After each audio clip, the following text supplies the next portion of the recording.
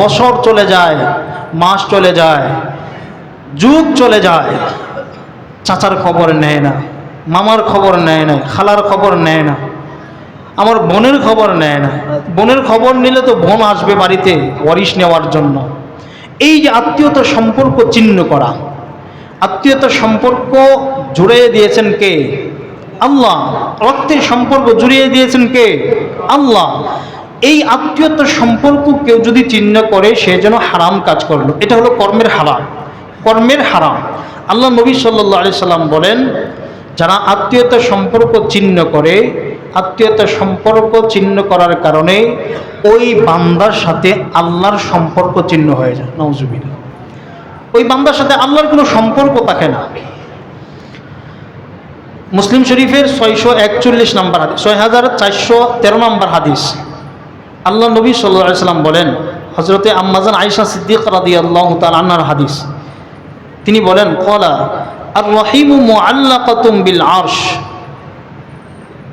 আত্মীয়তার সম্পর্কটা, আত্মীয়তার যে সম্পর্কটা, রক্তের যে সম্পর্কটা, সেটা আল্লাহর আরশের সাথে ঝুলন্ত, আল্লাহর আরশের সাথে ঝুলন্ত।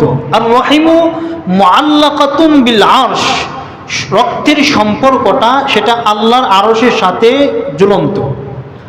আল্লাহ নবী বলেন, তাকুলু মান ওয়াসালানি ওয়াসালাহুল্লাহ।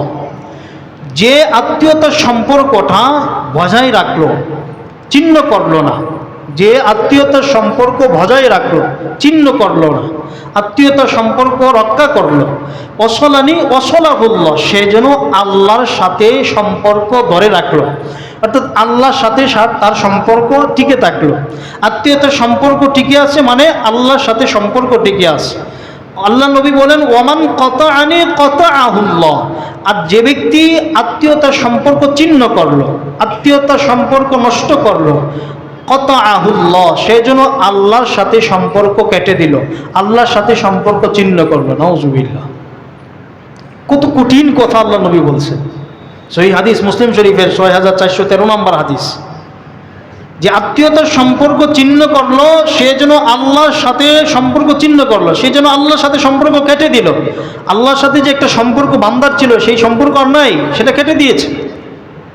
তার মানে আত্মীয়তার সম্পর্ক যদি কেউ ধরে রাখে, সে যেন আল্লাহর সাথে সম্পর্ক ধরে রাখলো, আল্লাহর সাথে সম্পর্ক টিকিয়ে রাখলো। আর কেউ আত্মীয়তার সম্পর্ক ছিন্ন করলো, সে আল্লাহর সাথে সম্পর্ক ছিন্ন করলো। কঠিন কথা প্রিয় মুসল্লি ভাইয়েরা। আত্মীয়তার সম্পর্ক ছিন্ন করা যাবে? যদি আমরা আত্মীয়তার সম্পর্ক ছিন্ন করি, আল্লাহ তাআলার সাথে সম্পর্ক আমাদের দূরত্ব সৃষ্টি হবে, আল্লাহ তাআলা আমাদেরকে দূরে ঠেলে দিবেন, আল্লাহ তাআলার সাথে আমাদের কোনো সম্পর্ক থাকবে না। আত্মীয়তার